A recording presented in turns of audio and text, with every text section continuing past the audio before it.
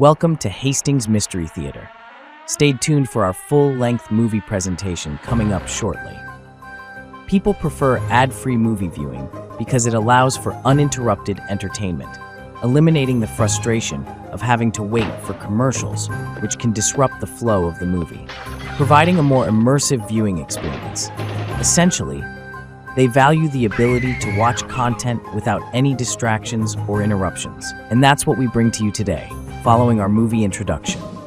Be sure and hit the like button and subscribe if you haven't yet. Hit the notification bell and keep leaving us your much appreciated comments in the comments section. All right, let the show begin. Coming soon to Hastings Mystery Theater. It's a 1942 mystery thriller. A detective gives assistance to free Dutch agents battling German spies over a prize of industrial diamonds. With the help of his father, who is also a policeman. Who could it be, and what movie is this? Don't miss this 1942 film. Coming soon to Hastings Mystery Theater. We ain't got a barrel of money. Our movies are fuzzy and funny. But please come along and join the throng, side by side. Good evening. Welcome to Hastings Mystery Theater. I'm your host and mystery master, Randall Schaefer. Tonight, the corridors of mystery take us to 1942 for a Columbia movie, A Close Call for Ellery Queen. In tonight's movie, William Gargan plays Ellery Queen. William Gargan was born in Brooklyn in 1905. During Prohibition, he worked as a private detective. He was probably the only actor to play a detective who was actually once a real detective. He was best known as Martin Kane, Private Eye, in the radio and television show that ran from 1949 through 1951. In 1958, Gargan was diagnosed with throat cancer. Doctors removed his larynx and Gargan was forced to talk with the aid of an artificial voice box. But talk he did. He became an anti-smoking spokesperson for the American Cancer Society.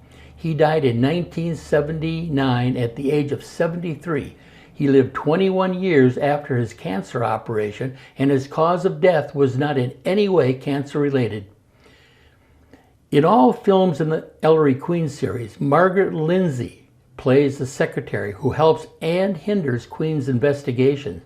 She was born in Iowa in 1910 and graduated from the American Academy of Arts and then went to England to work on stage. She perfected a perfect English accent and in Hollywood used it to land roles as an English woman. Margaret Lindsay was an out-of-the-closet lesbian at a time when such things were just not talked about. She was never an in-your-face advocate for gay rights, but neither did she hide anything. She appeared in public with her partner Mary McCarty and openly showed her affection.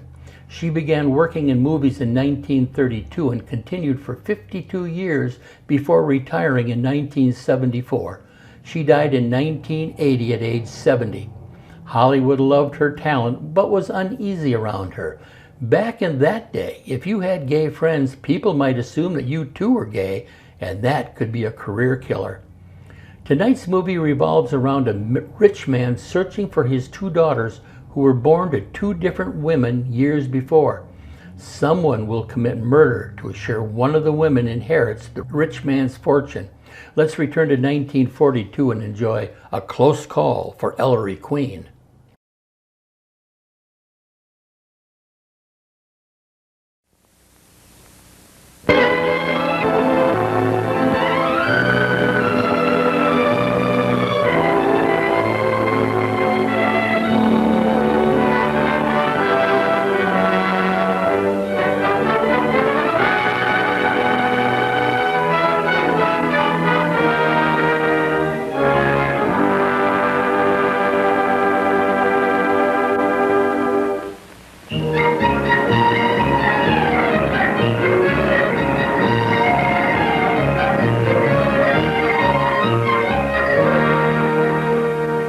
She searched everywhere, but the little pearl-handled revolver had been stolen too. Her last chance, comma, her last hope, dash, dash, gone. Slowly the door opened.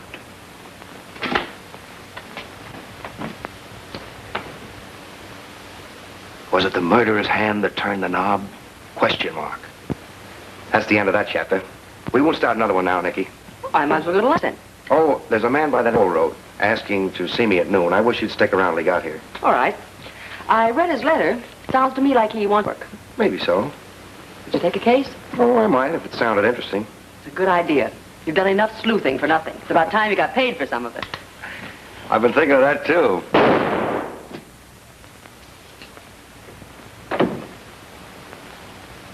Oh, you're here to see Mr. Queen. Why, yes, that is, if he doesn't mind. I'll tell him you're here. Oh, that's awfully nice of you. Your date's here, Ellery. Oh, show him in, Nicky. Mr. Queen will see you now.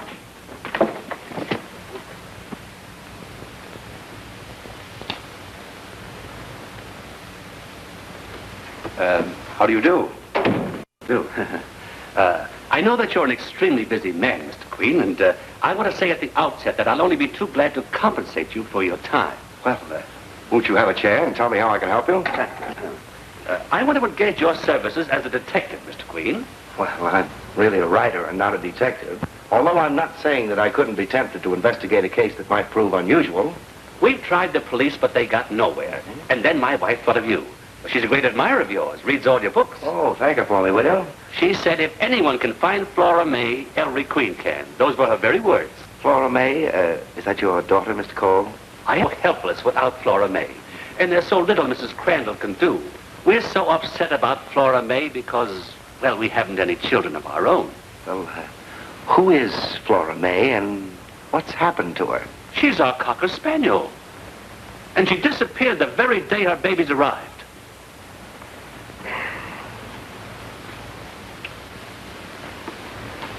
It was nice of you to drop in, Mr. Crandall. You don't need a detective, Mr. Crandall. What you need is a dog catcher. I said it. How do you do? Well, my name's Cole. How do you do, Mr. Cole? Would you step into the office? Thank you. You're not interested in dogs by any chance? Oh, yes, they like me. Oh. Won't you sit down, Mr. Cole? Thanks. Very curious to hear about this mystery in which you're involved. Well, I'm not involved myself. I wrote that letter in behalf of Mr. Alan Rogers, my employer. I happen to be his secretary. You mean the Mr. Rogers who has his office down the hall here? Yes, but I didn't start working for him until after he'd retired from business. He engaged me to help straighten out some of the loose ends in his affairs. Well, why did he send you to see me? Oh, he doesn't know anything about my coming here. I did it on my own responsibility. I thought that as a friend of his, you'd like to help him if you could. Well, did Mr. Rogers tell you I was a friend of his? That was my impression. He speaks of you frequently and reads all your books. Ours was just an elevator acquaintanceship when he had his office down the hall. Oh, in that case, I'm sorry. No. Don't go away. As long as you're here, I'd like to know what it's all about. Will you have a drink? Thanks, I will. What's your story? We're living at his place on Fawn Lake. There's a situation there that I believe is causing Mr. Rogers to lose his mind. What makes you think so? He's afraid to go outside after dark, locks the door of any room he goes into, and leaves every light in the house burning all night. What's he afraid of? Apparently of two men whom he believed dead. They showed up suddenly at his house and forced themselves on him as guests, and he hasn't been able to get rid of them. Who are they? I only know what Rogers told me. He said he met them years ago in the Far East when he was a pearl buyer. Why doesn't he call the police? The few times that I suggested it, I sort of got put in my place. Well, what makes you think that I could help him? I hope that you could find out what threat these men hold over him. I know that he'd confide in you and listen to your advice. Well, maybe he would. I'll drive out there this afternoon.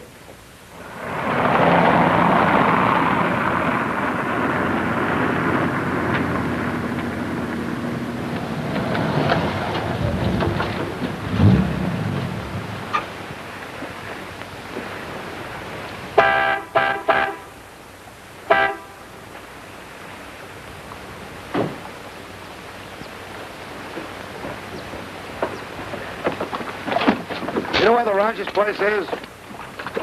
That's it, across the lake. Nice day for fishing. You think they'll bite? Going fishing? No, not today. And what do you care if they're biting? Hey, listen. I'm on it.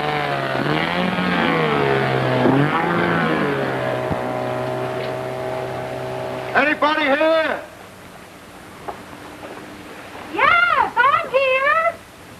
want to rent a boat. Well, help yourself. How much? $2 an hour. Put your money on the gas tank.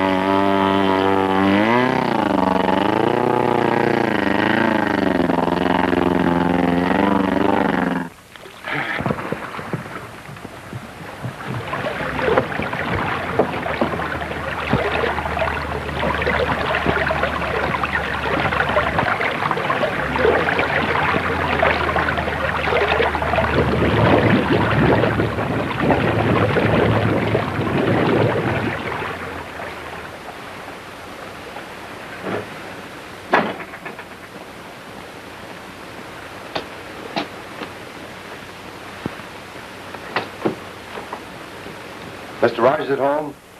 Call him, please. Ellery Queen. Mr. Rogers is not at home. Well, then may I speak to Mr. Cole? I'll find out if Mr. Cole is in. You'll find that he is.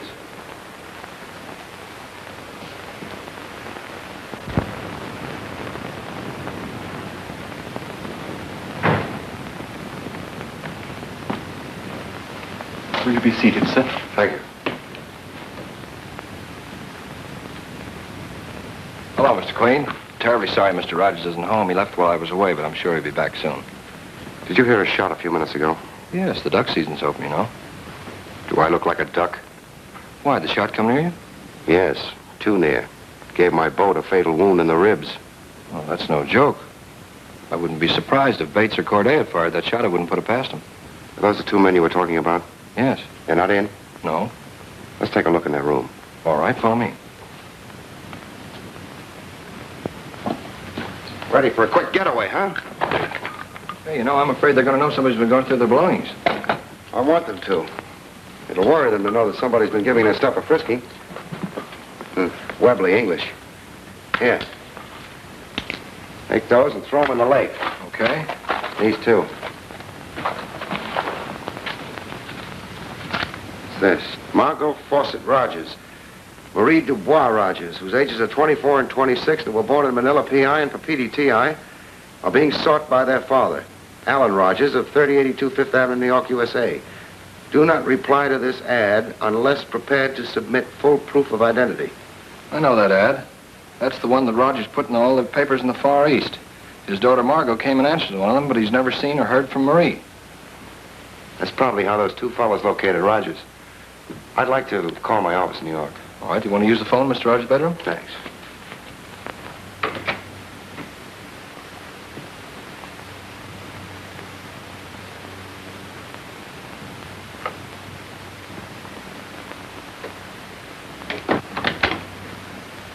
There it is over there. Does he take all these pills? Yes, he takes those capsules for diabetes. The rest of the medicines are for imaginary complaints.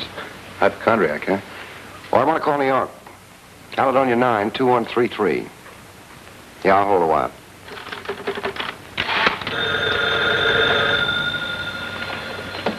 Ellery Queen's office. Oh, hello, Ellery. How are you doing? Well, I'm going to be up here for some time, Nikki. You may as well close up and go home. Don't you need me up there? Definitely no. Why not? You know I could help you. No, thanks. You'd never find the place anyway. You did. You're not to come up here, and that's final. I'll see you in the morning. Okay, mastermind. Goodbye.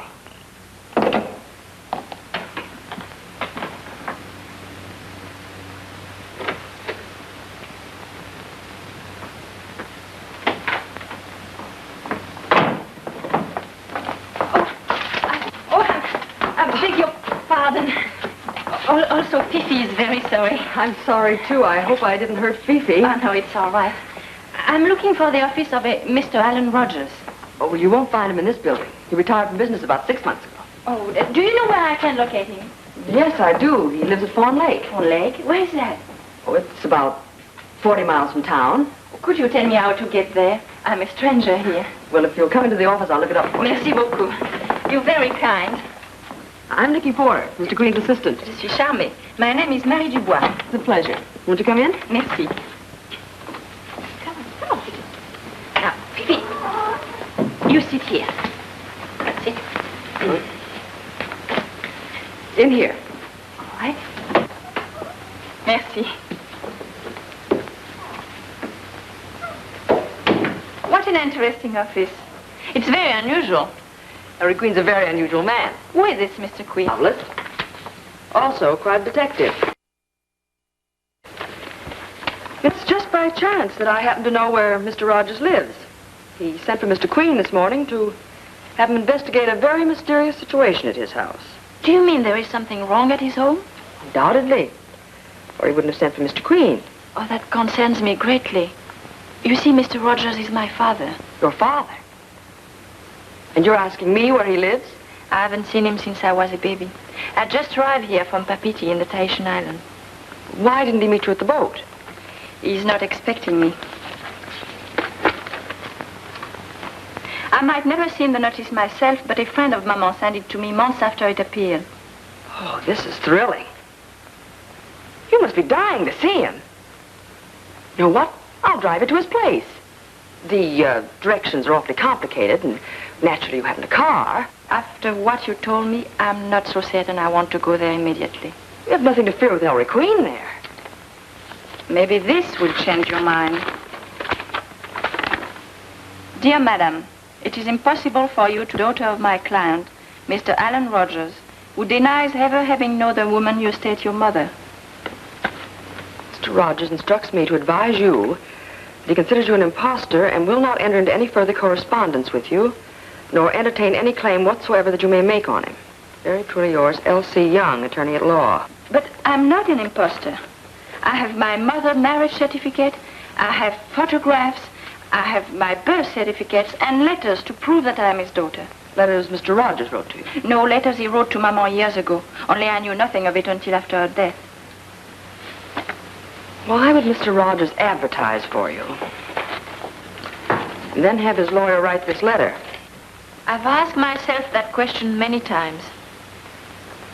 Perhaps Mr. Rogers doesn't know anything about it. Maybe it's a threat designed to frighten you from coming into this country. It very nearly did. Why don't you let me take the letter to Mr. Rogers and find out if it was written on his instructions? At the same time, I'll be able to find out why he called so urgently for the services of Mr. Queen. Would you do that for me? Oh, I'd be happy to. I'm very fortunate in meeting you. I don't believe you, Mr. Queen.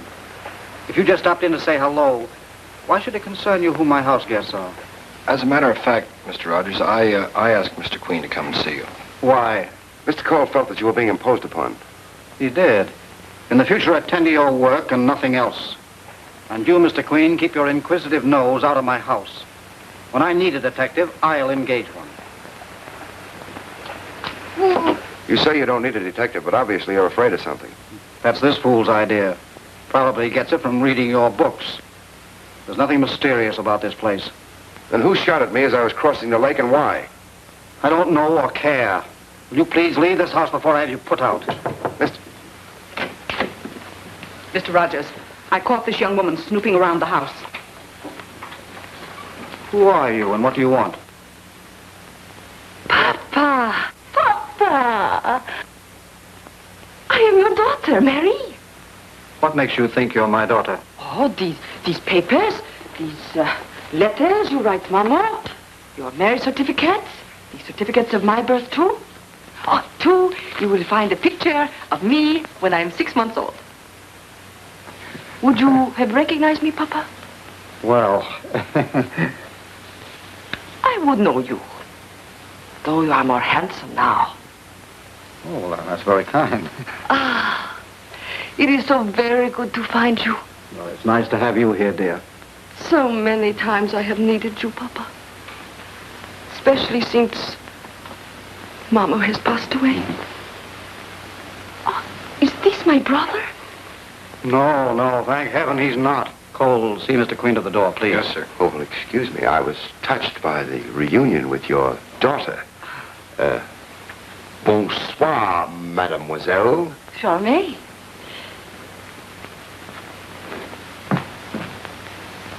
They, what you call him? A cute gentleman, n'est-ce pas? Cute, he's a pain in the neck.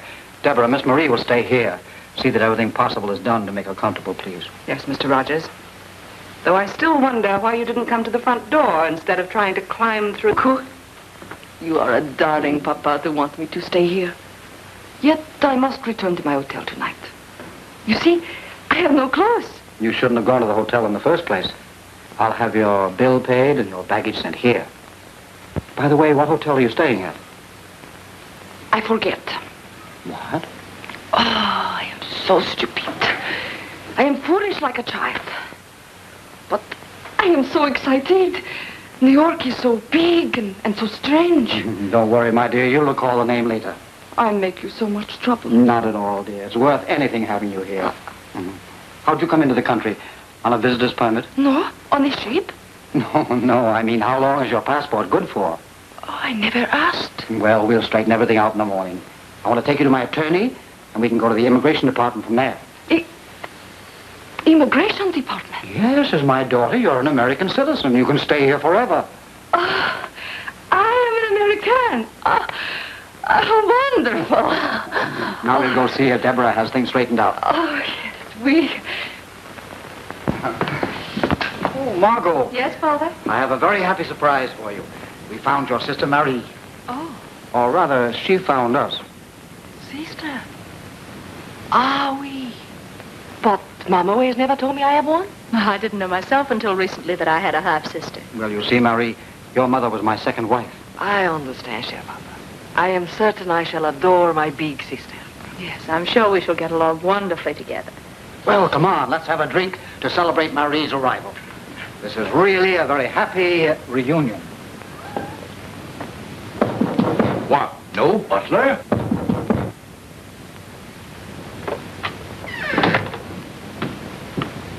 Hey, Al, have these cooked. We eat them tonight. Freshly killed ducks aren't fit to eat. Kindly don't instruct us in the art of cuisine. Just have them cooked. You want to have them plucked? Plucked? Who's this? Oh, pardon me. My dear, I want you to meet two old friends, Mr. Bates and Mr. Corday. This is my daughter, Marie. Oh, Liz, is it? I am enchanté to meet old friends of Papa. Yeah, well, how do you happen to show up here just at this time? Oh, I see the advertisement Papa has placed in the paper in Papiti. Oh, Tahitian Islands, eh? Oui. We lived there for 10 years. A very charming place, you not think? Pardon. Je n'ai pas dit l'oreille de Marie. Je n'ai pas voir encore, je le demande de silence. Merci beaucoup. Merci beaucoup. Merci beaucoup. Non, je n'ai pas dit poids pour encore, merci beaucoup. My dear. Why, my dear. Marie, apparently you've never had a drink before. That's unique for a girl from Tahiti. Extraordinaire. Sit down, my dear. Oh, no, merci, cher Papa. It is not that. I am not good. I feel I am on the ship again. I think maybe I should lie down. Margot, take her upstairs and look after her. Yes, certainly. Come along, dear. Au revoir, monsieur. Au revoir, au revoir. Bonsoir. Bonsoir, bonsoir. Funny girl. I think she's an idiot. I'll thank you to speak of my daughter with more respect. We speak here as we wish, Rogers. Excuse me, sir. What time shall I serve dinner? When these are ready. They won't be fit to eat. They'll taste all right to us. You seem to forget the time we lived on seagulls and weeds. Yeah, when you stole the schooner and marooned us on the Marquises. I told you I didn't run out on you. Oh, no. You only persuaded us to go ashore so a most regrettable squall could blow you and the ship away. Yeah, now that a second dizzy dame shows up calling herself your daughter, I think it's high time that we really talk business, Rogers. You are right, my friend. But we're not going to settle for the original amount. We want 2/3 of what you've made on the share of the cargo since you left us on the island. That's impossible. 30,000 is all I can raise. Impossible, eh? What did you do? Put most of your fortune in Margot's name? Yeah, now he thinks he's going to transfer what's left to Marie. So the next time we talk to him, he'll be flat broke. Oh, but there won't be no next time. This is your last chance, Rogers. Well, by sacrificing a lot of securities, I might raise 50,000. But that's all I can do. When do we get it? Tomorrow afternoon. Hey, where are you going? Call my lawyer and tell him to make arrangements. Come on, we'll supervise his call.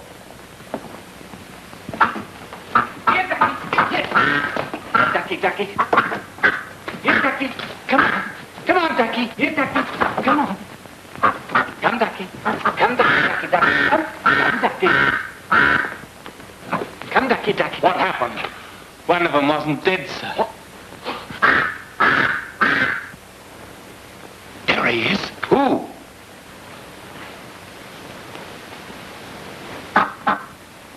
Ah, a duck.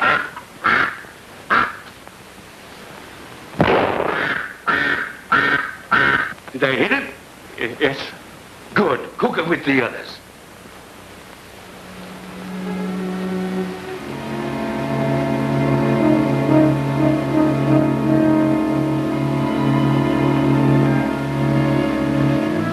I undress now if you give me a nightgown. All right, come along, pick out what you want.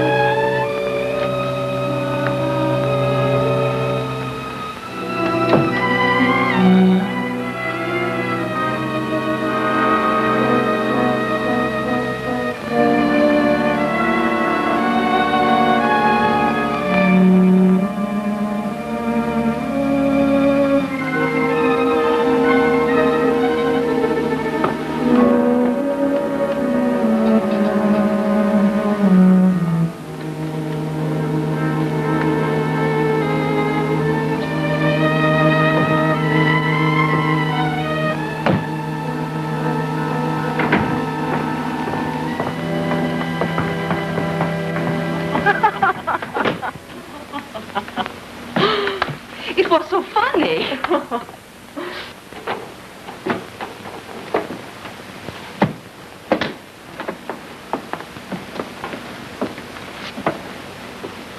Perhaps I take a bath. Good idea. Maybe it'll straighten you up. Oh, you've turned on the shower. Pull out the handle to fill the tub.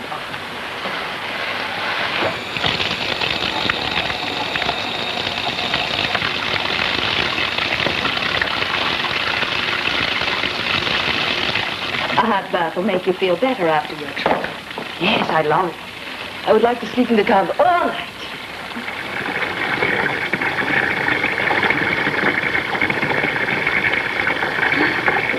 Good night, sister dear. Good night, sister dear. Keep my love to Papa.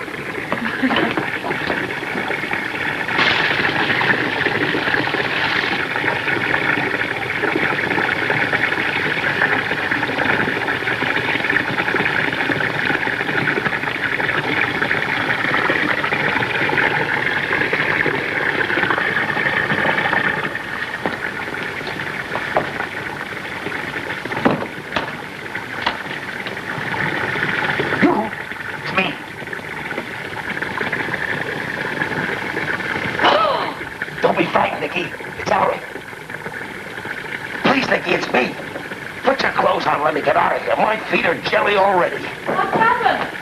It's, nothing, sister dear. The water, it's too hot. What's the idea of hiding in a ladies' bathroom? Never mind about that, Frenchie. I'll ask the questions and you give the answers.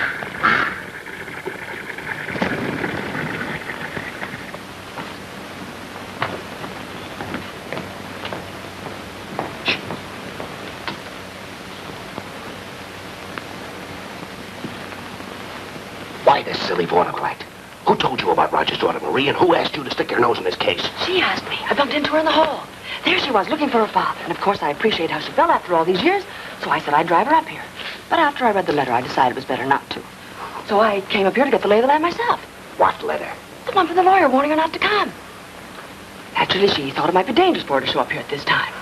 Oh, wait a minute. Did she ask you to impersonate her? Why don't you listen? Of course she didn't. That was a sudden inspiration. I saw you getting the hot foot, and I put on the Marie X so one half of the firm could stay on the job. What job? My services are poison around here, and I'm bowing out of the picture.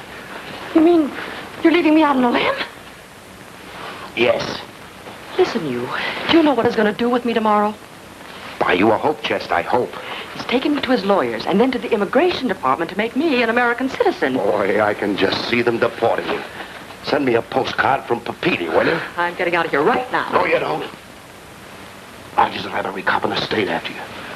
You stick it out until I get the real Marie to relieve you the first thing in the morning. It's pleasant explaining to Mr. Rogers that I'm not the daughter of Pop. Yes, and I hope he spanks the daylights out of you.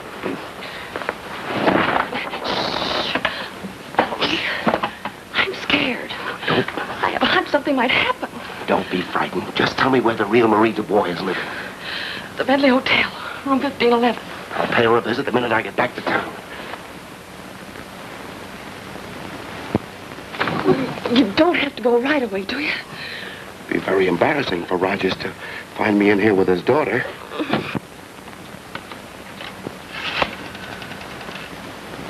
The Bentley Hotel in New York. Yes.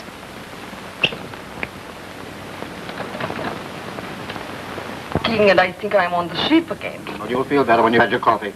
Coffee? With an headache like this? Never. I must have tea. Tea? Can't you get on without it? We should have been on our way a long time ago. With an headache like this, I cannot stir a step without tea. All right. Tea, Morton. And bring it as quickly as you can. Yes. And there's at least start on that. Oh, forgive me, Papa. Hold that pose. There. That'll make a nice picture for the family album. Will you need me for anything this morning, Mr. Rogers? Miss Margot and I were going to play some tennis. No, go ahead. Thank Goodbye, you. Dad. Have a good time in town, too. The person in New York is calling a Miss Nicky Porter. Wants her to call Caledonia 92133. Miss Porter, I never heard of them. They got the wrong number. I have, sir. Well, then tell them again. Very good. Hurry up with your breakfast, Marie. Oh, this is all I can eat. I go dress now, Papa. So what about me? Oh, it does not matter.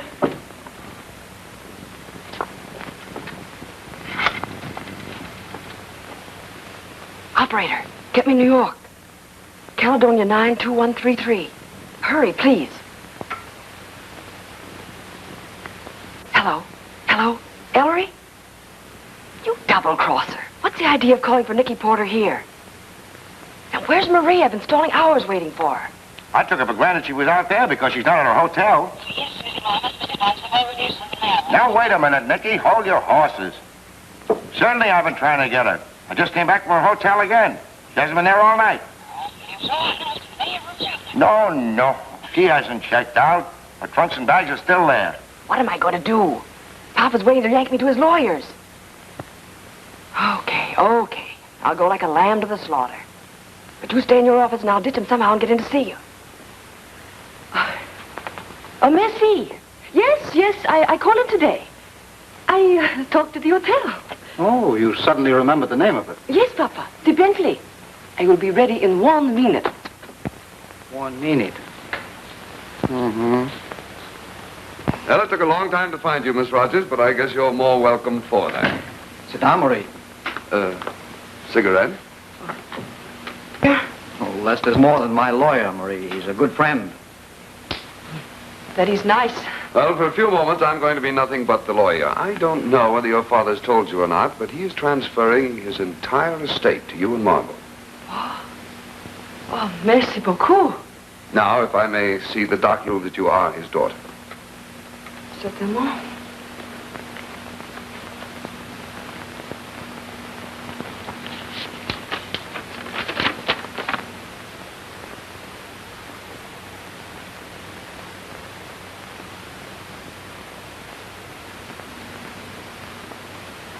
What is it, Lester? I didn't write this letter.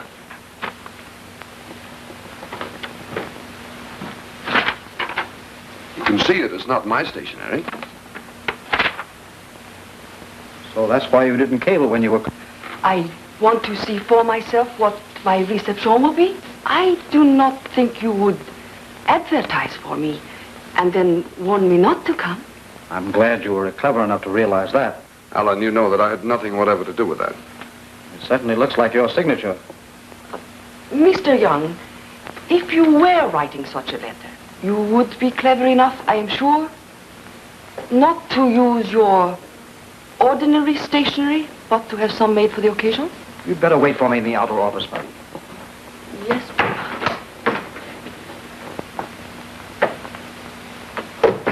Alan, I don't know what to say. I know you didn't send this letter. It looks like the work of those two blackmailers.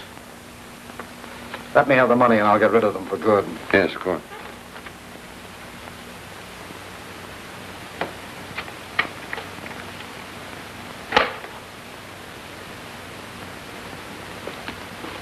It is? Thanks. But I won't need that. Be sure they sign the release before you pay them. I'll handle them. I wish you'd come to the house this evening. Come for dinner. Oh, I'll be glad to.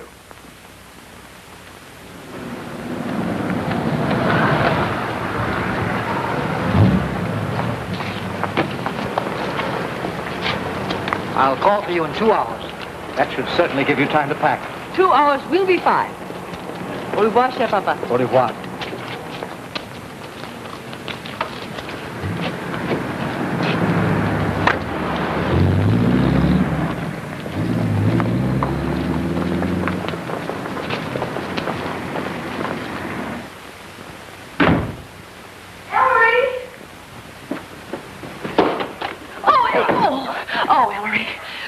His lawyer's coming to the house tonight to make me and Margot sign some legal papers. But it's Marie's money, and if I sign the papers, it makes me a crook and an embezzler. What am I going to do? Oh, wait a minute now. Sit down and cool off. How can I sit down? You got to find Marie, and you got to find her fast. All right, hold everything. Now begin at the beginning for once. Can't I? Everything happens to me, and I'm always in the middle. But Ellery, I did get a lead on that lawyer Young. Yeah? I plunked the threatening letter he wrote Marie right under his nose, and he swore he didn't write it. But he can't fool me, even if the letterhead is different. I'll bet he's the one that made Marie disappear. I'll bet you anything. How could he when he didn't even know where she was? Got something there.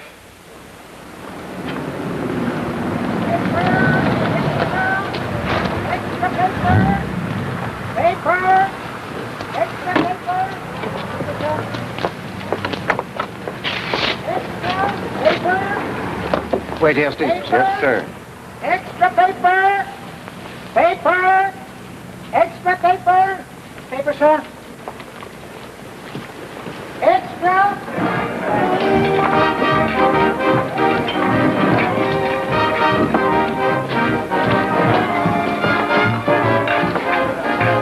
Come around tomorrow and I'll put a rosebud on it.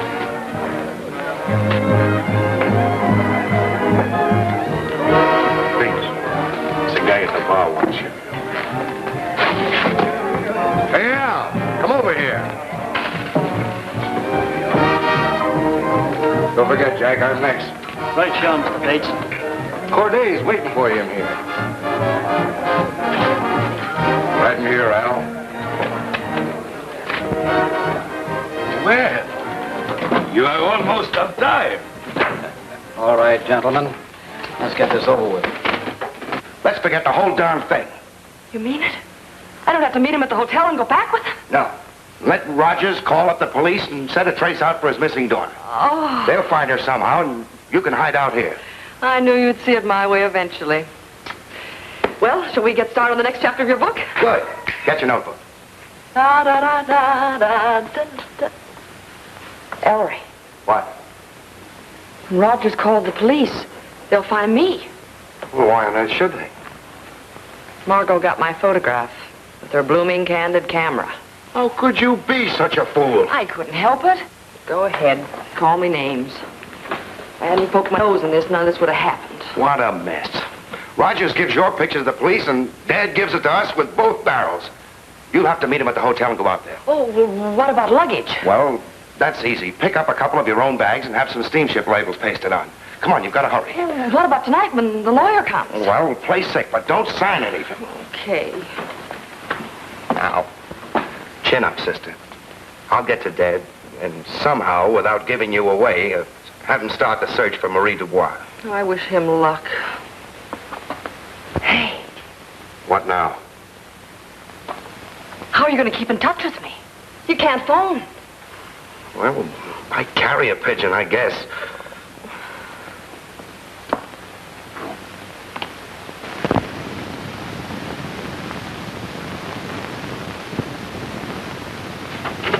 Oh, how about a kiss? Come on, a big smack. Oh, don't be so stingy. Oh, hello, Mr. Queen. I'm sorry your dad's not in. Please. Please.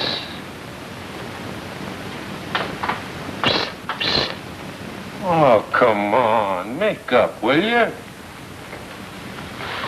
Why, Sergeant Bailey. Cute, ain't they? They're lovebirds. Lovebirds? Well, why are they so mad at each other? I'll bet they're canaries. Canaries? I've been jet now. Wait, don't bother. Listen, I'm here to ask Dad to instigate a search for someone. Friend of yours? Well, not exactly. The daughter of a friend of mine. Will you make a note of it? Sure. Oh, and another thing. Don't let this get on the police blotter or in the papers. My friend asks it as a particular favor. Oh, fussy, ain't he? The name is Marie Dubois. And Marie... Dubois. Dubois. Oh, yeah, Dubois. And she disappeared from the Bentley Hotel last night. That's the inspector. Get your hat, Bailey. Oh, hello, son. Hi, Dad. We're going on a hurry call. You can tag along if you like. You may learn something. Okay. What's that? Well, that's my vitamin B1. Leave a lot of it. You'll need it.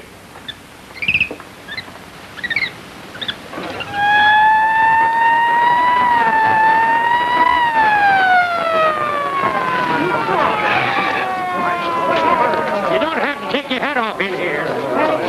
What happened? Hey, what's going on?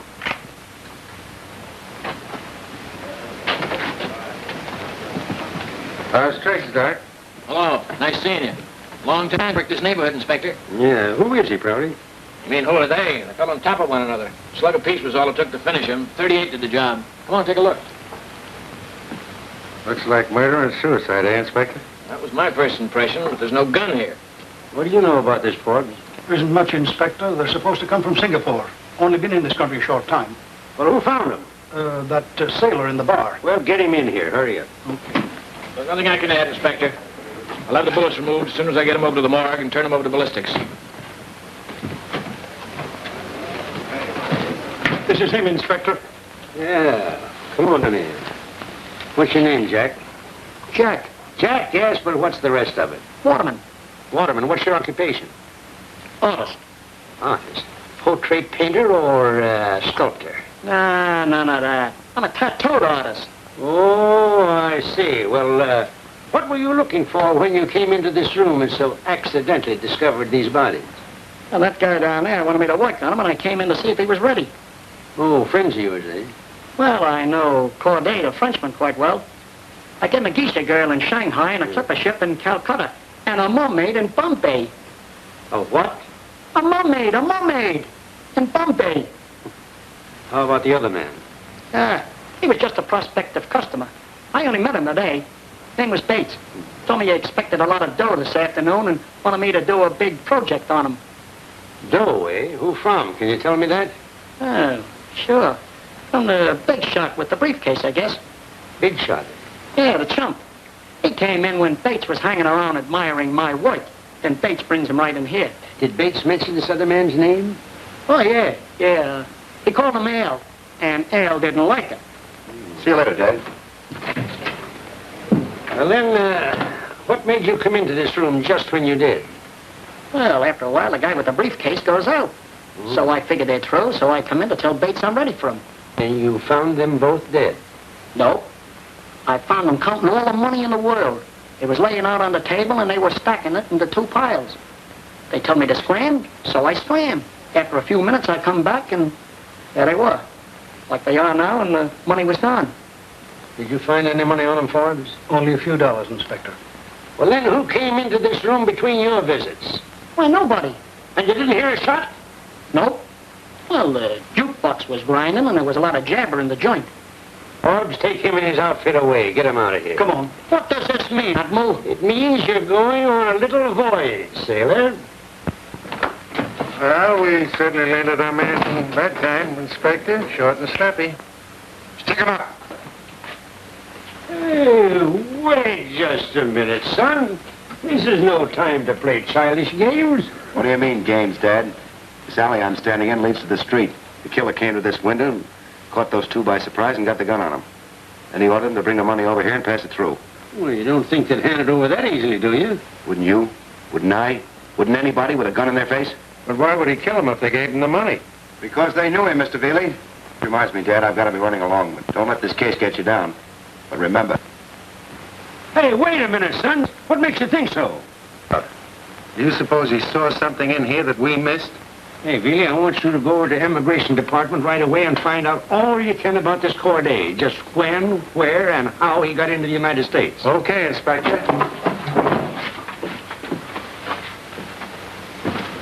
Take the detour, Veely.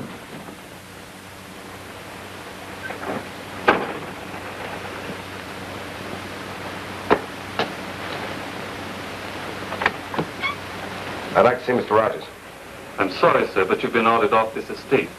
That order will be revoked when you tell him I have a message from his friends, Bates and Corday.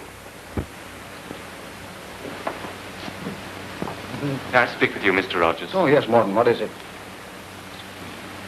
Oh, all right. I'll see him. Excuse me. Certainly. What's this about a message from me? If you don't mind, we'd better go inside and talk. All right. Come in.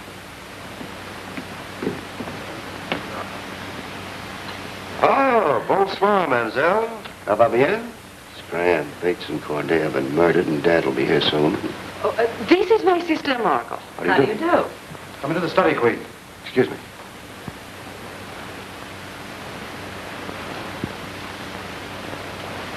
Now, what's this about Bates and Corday? I settled everything with them this afternoon. You mean you admit it? Certainly. That's fine. My dad's a police inspector. He'd be tickled to death to have you tell him all the details. You mind if I use the phone? What on earth are you talking about? Only that Bates and Corday will never spend the money you paid them. They were both found murdered in the back of that dive this afternoon. Murder? Mr. Rogers, you actually seem surprised.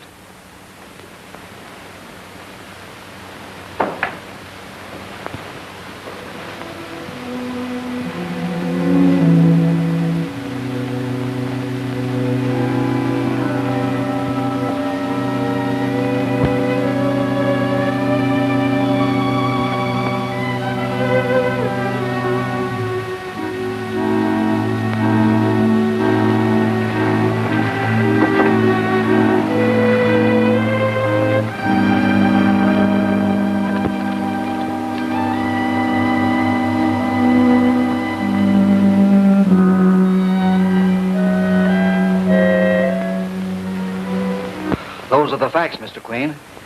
But you still don't seem to believe me. I'm afraid your story won't sound very convincing to the police. I have no reason to lie. I was glad to make that settlement with them. You know, they could have squeezed me for more. No doubt. But what you paid them certainly was worth recovering after you got a release from them. That's what the police will accuse you of having done. The money didn't mean that much to me. If I were greedy, I wouldn't be transferring all my resources to my daughters while I'm still alive. Mr. Rogers, if you've given me all the facts, someone must have known of your plans and followed you there. I'm certain that no one hanging around that saloon killed them. But no one knew what I was going to do except my attorney. Oh, but that's impossible.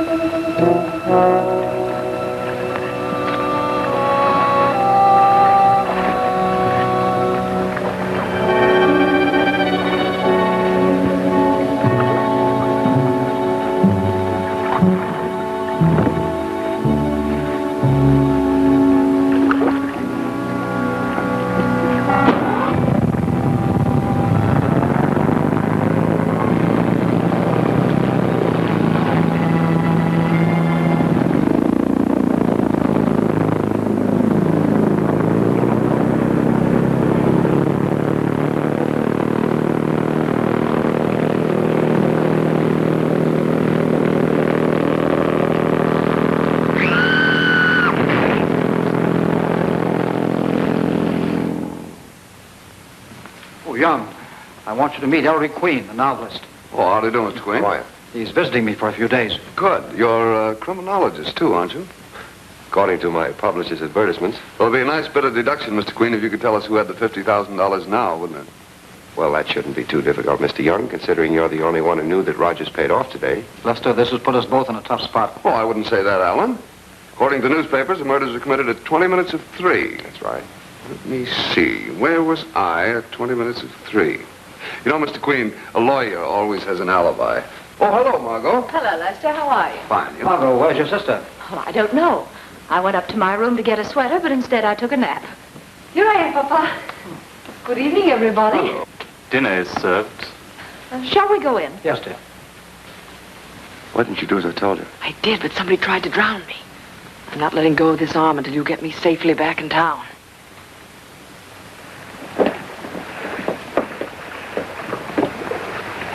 What I want to tell you, Cole, is that during dinner, Marie Dubois told me confidentially that she was out on the lake in a canoe and a speedboat ran her down. What on earth is she doing out in the lake after dark? Well, don't ask me. This deck's still wet. The boat must have been out. Say, look here. How long have these streaks of white paint been on this boat? I don't know. They went on there this afternoon. Look, the white canoe's missing. Get in. I'd like to take a run in this boat. As good a place as any to talk. For certain reasons, Mr. Rogers has decided to divide his holdings between you now rather than let you wait until you would inherit them. I think that's the loveliest thing I ever heard of anyone doing. Just sign right there, Margot. You'd better read it first. Whereas I, Margot Fawcett Rogers, affirming that this is my true name and that I am the daughter of Alan Rogers. Of course I'll love and obey you, Father. I don't have to read any further. Here is your copy, Miss Mary. No. I do not understand these. I will not sign. My dear, don't you understand? I'm giving you half of my money. It's the essence of the agreement. I do not want your money, Papa. I did not come for these. I come because you are my father. But your father wants to do this. Did Papa write these papers? Not exactly. I drew it up upon his instruction. Ah, that is what I suspect. Write it in French, Mr. Lawyer, and then perhaps I sign it. If I like it. Won't you take my word for it that everything is to your advantage? I would take your word for anything, Papa. But I am not so sure about him. He writes me a letter warning me not to come to this country, and then he lies. My dear, you mustn't say such things. I say nothing what he writes. Good night, Papa. Oh, wait, Lester. Excuse me, Margot. So you insist that you're Marie Dubois Rogers? Certainement. Marie's upset. Please don't bother her tonight. Oh, that's a little too much, Alan, even from you. She calls me a liar, insinuates I'm a crook, and now you say Marie's upset. Let's don't bother her. Well, I'm going to have to bother her plenty. Alan, don't you see this is all an act? I'll tell you why you wouldn't sign that agreement. It was because you had to declare that your true name is Marie Dubois Rogers. Now you're being absurd. I examined all Marie's papers of identification. But you didn't examine her belongings.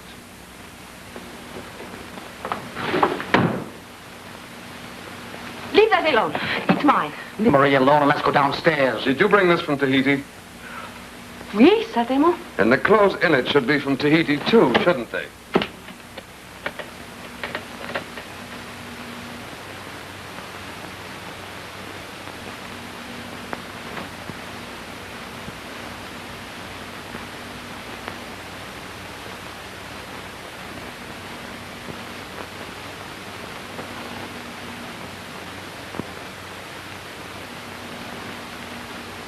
I guess I was wrong. Miss Rogers, you have my sincere apologies. I accept your apologies, but please go now. You have exhausted me.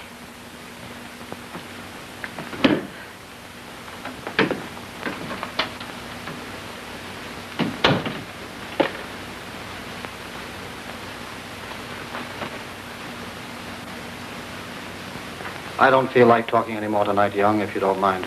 See you in the morning.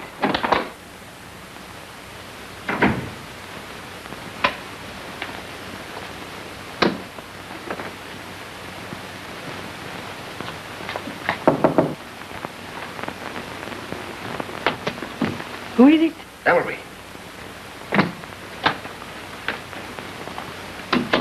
did Young want? He suspects me. He was up here to see if my clothes really came from Tahiti. What happened? Somebody switched the clothes. These aren't mine. They have Papiti labels in them. These must be Marie's. Someone living here knows where Marie is. Obviously. You know, Nicky, there's sight of knowing that you're a phony, and the other, believing that you're real is trying to get you out of the way. I know where Young stands. I'm still convinced he sent Marie that letter. And Margot seems on very friendly terms with him.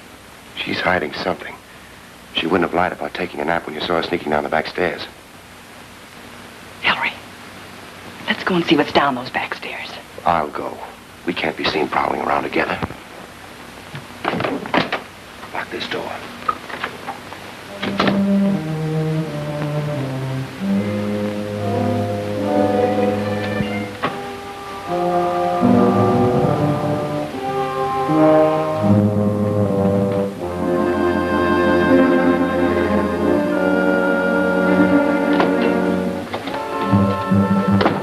Who's out there carrying that tray? What tray?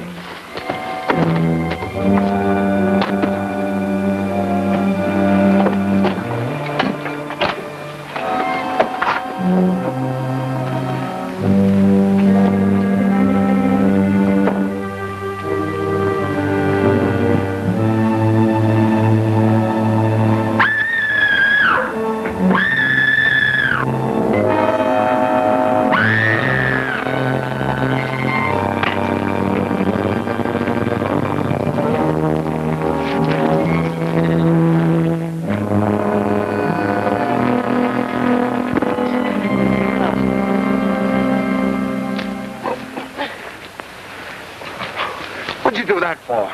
He was killing you. Nonsense. I always get on the bottom in a rough and tumble fight. Did you find out who was carrying the tray? No. Oh, I hope I didn't hurt him, Ellery.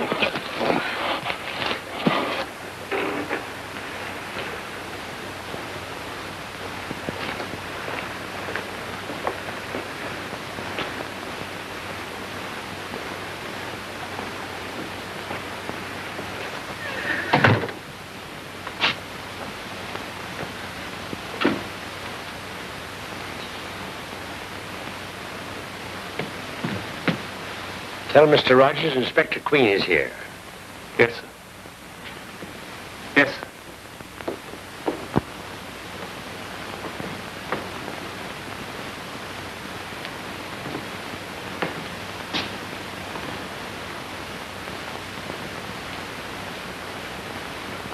Must be having a party. What'd you say? Must be having a party. Everybody's in the kitchen.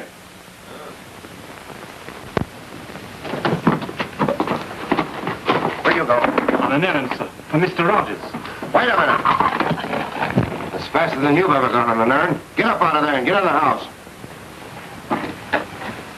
Ellery, isn't that your father's car? Yes, I believe it is. You better get up to your room and keep out of sight.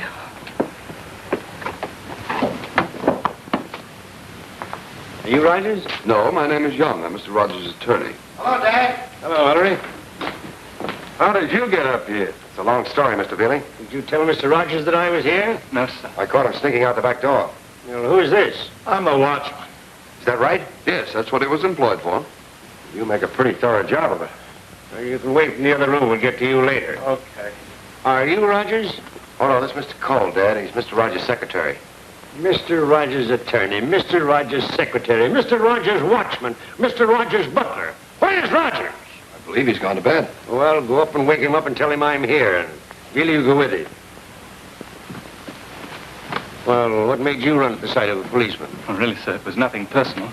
The last time I gave evidence against an employer at a murder trial, I was 3 years finding a new post. Well, what's the evidence you have now you're afraid to give against your present employer? It's really nothing, sir. It was only the matter of the pistol. I found it in the master's overcoat pocket when he came back from the city today, and I put it in the drawer of his desk in the study. Well, let's go into the study.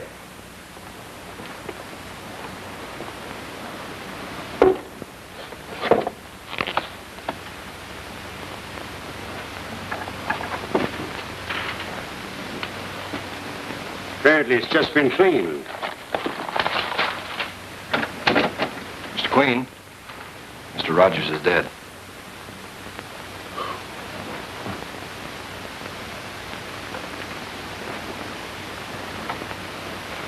Looks like he died from asphyxia caused by a poison. Almocyanol, Dad. Causes immediate paralysis of the respiratory centers in the brain. And that's it. I got it. After he paid off Bates and Corday, he held them up and killed them to get his money back. And when he saw you here, he knew I wouldn't be far behind, so he just got panicky and killed himself. I'm afraid you're mistaken, Dad. This is not suicide. It's murder. I take it for granted you two found the body exactly as it is? Except that I pulled the sheet over his head when I was sure that he was dead. Now, this is your slant. Rogers came into the bedroom, got undressed, and he mixed himself that poison highball and drank it. Got into bed and carefully arranged the covers. What's wrong with that? Everything. Why would a suicide go to the trouble of getting undressed before taking poison? Maybe he just wanted to be comfortable. Mr. Bealey, Almocyanol hit you like this. If he drank it standing up, he might have fallen on the bed, but he'd never have time to tuck himself in. Could he have taken it after he got into bed? No. He'd never been able to put the glass on the table. It would have fallen from his hands. The point is, he didn't drink the poison. Well, then how did he take it? Mr. Cole, you notice anything missing from that bedstand? Yes, the capsules of medicine Mr. Rogers took for diabetes. I understand he never went to bed without taking one. No, not to my knowledge. He took one tonight, all right. Almocyanol had been substituted for the medicine. Where are the rest of the capsules? Down the drain, in the lake, I don't know. The murderer removed the capsules after Rogers was dead. Then he planted the glass with the poison in it. That's it. It would take the capsule a minute to dissolve, which gave him time to get in bed and wait for the poison to take effect. Cole, you have everyone come down to the living room. Veely, you lock the door. Right. You drove Mr. Rogers and his daughter to New York today? Yes, sir, I did. Maid, go upstairs and tell Miss Rogers to come down here right away. Yes, sir, but I've told her twice already. Well, tell her 3 times and make it stick. Where did you drive them? To Mr. Young's office and then to the Bentley Hotel. To the Bentley? Who sent for me? Are you Marie Rogers? Yes, Monsieur le Gendarme.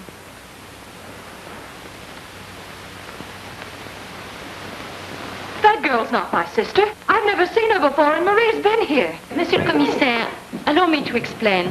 You see, I knew from the start you were an imposter. Nicky, I mean Marie. Wait a minute, Ellery. Go on. But I didn't want to expose you until the right minute. Of course, I was the one who put Marie's clothes in your suitcase. Why were you hiding Marie? I believed you to be a pair of crooks and thought you might want to do away with her. Now I know you're merely a pair of lunatics. Why weren't you worried about Margot? Margot? Oh, why, she's as big phony as you are.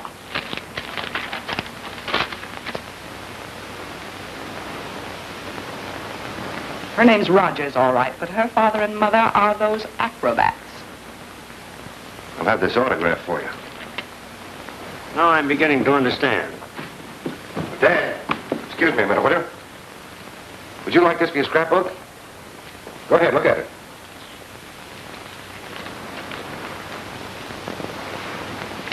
Thank you. Where did you get this? I'll never forget the kindness of these people. They took care of me when I didn't know where my father was. Nice going, Margot. But it won't take long to prove that those acrobats are your parents. You don't think my father accepted me as his daughter without proof, do you? Certainly not. But what I want to know is who forged that proof? And who sent the letter to Marie warning her to stay away? I know you're not in this alone. Lester, I don't have to answer all these questions, do I? Dad, she's up to her neck in this. You knew you couldn't put this over indefinitely, so you planned to kill Rogers from the start. That's why you scared Marie off, so she wouldn't share in the profits. He killed my father? Don't call him your father. The first idea was to murder Rogers and pin the job on Corday and Bates. But he arranged to pay them off before that could be accomplished. So you deemed it advisable to recover the money and plant it in Rogers' desk. That would be conviction and execution practically a certainty. Right.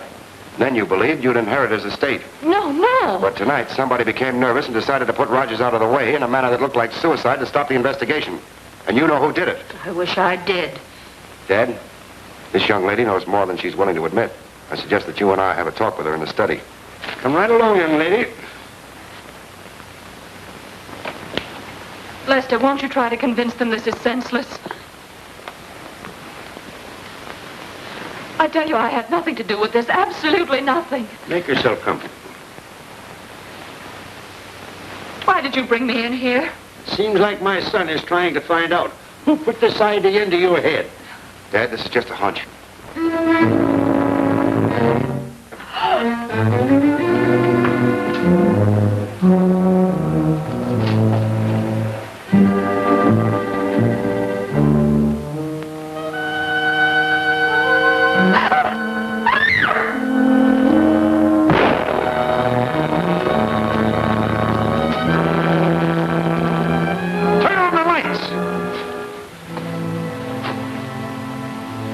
a smart trick to come to my office.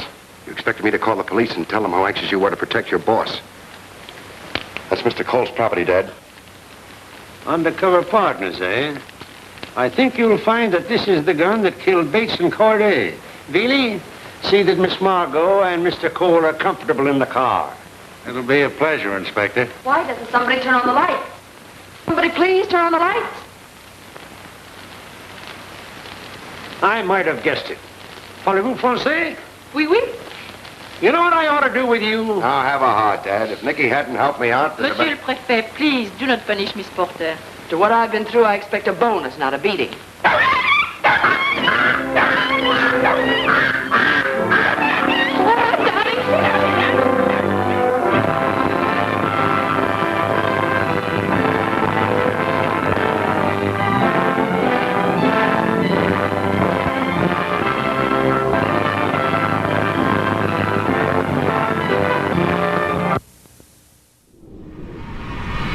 So you've just sat down to watch a nice flick, and next thing you know this stupid advertisement interrupts. The one was bad enough, but then another. Try our super drug, Silo-Presbytinazone benzodiazepine. Side effects include paralysis, vomiting, blindness, amnesia, convulsions, cancer and sudden death. Then still another. Get what's coming to you. Call 1-800-SCAM. Get taken advantage of. Einstein, Shyster and Associates. We know you don't want your movie disrupted by a lot of nonsense. Nope. So instead of ads to pay our expenses, we've chosen to receive your donations instead. No pressure at all. Just an option you might want to consider. Every little bit helps. Look for the donation link in this video's description below. We appreciate your support.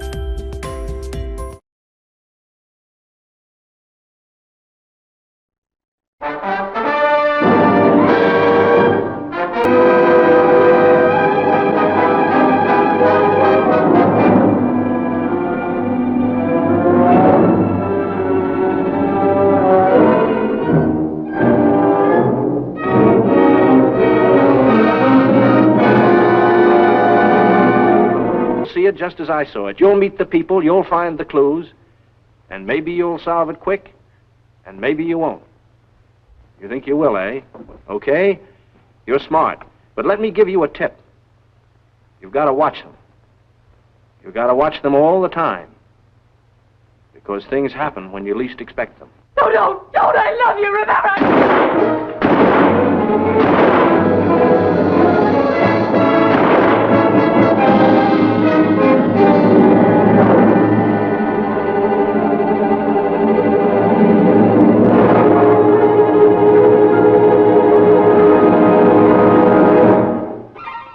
Drexel. 333-911.